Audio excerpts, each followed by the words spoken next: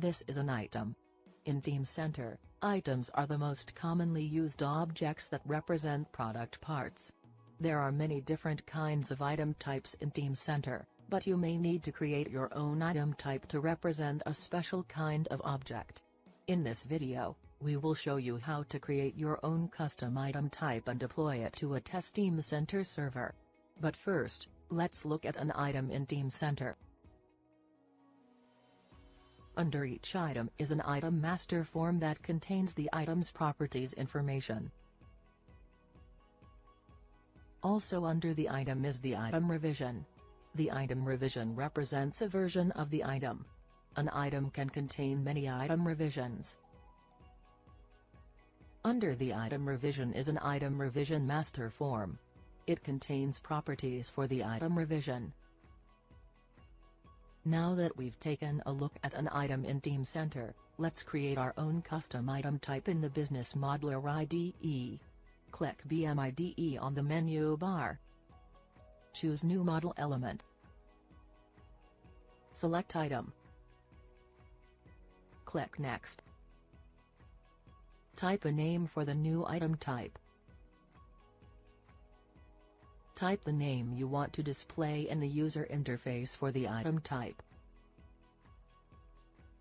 Click Finish. The new item type appears in the Business Objects folder. Double-click to open it.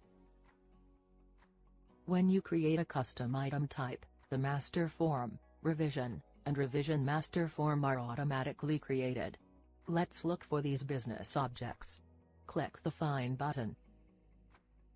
To see only the custom objects, clear the COTS checkbox, which means commercial off-the-shelf. COTS are the out-of-the-box objects in Teamcenter. Here is your new item type, as well as the other business objects that were created at the same time. Here is the item master form, the item revision, and the item revision master form. When you create an instance of the new item type in Teamcenter, these business objects will be used to create the forms and revisions that go under the item. To save your changes, click BMIDE on the menu bar. Then choose Save Data Model.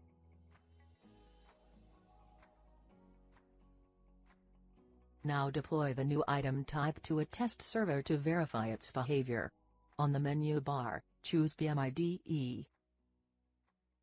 Then choose Deploy Template. Type the administrator password. Click Connect to the test server. When the connection is established, the Finish button is enabled. Click Finish. The project's data model is deployed to the test server. When the deployment is complete, click OK on the message box. After the deployment is finished, you can view logs of the deployment in the console view. Now let's create an instance of the new item type in Teamcenter. On the menu bar, choose File. Choose New. Then choose Item. Find the new item type on the list. Select the new item type. Click Next. Click the Assign button to automatically assign an item ID and revision ID. Type a name for the new item. Click Finish. Then Cancel. The new item appears in Teamcenter, as well as the item master form, revision,